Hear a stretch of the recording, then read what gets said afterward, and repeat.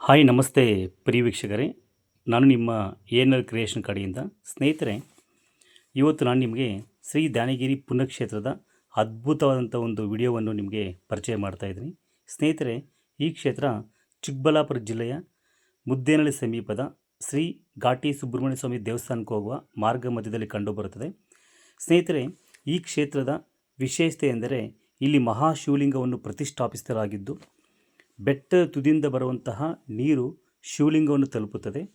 ಈ ಒಂದು ಗಂಗಾ ಜಲವನ್ನು ಸೇವಿಸುವುದರಿಂದ ಭಕ್ತರ ಕೋರಿಕೆಗಳು ನೆರವೇರುತ್ತದೆ ಎಂದು ಭಕ್ತರ ಒಂದು ನಂಬಿಕೆ.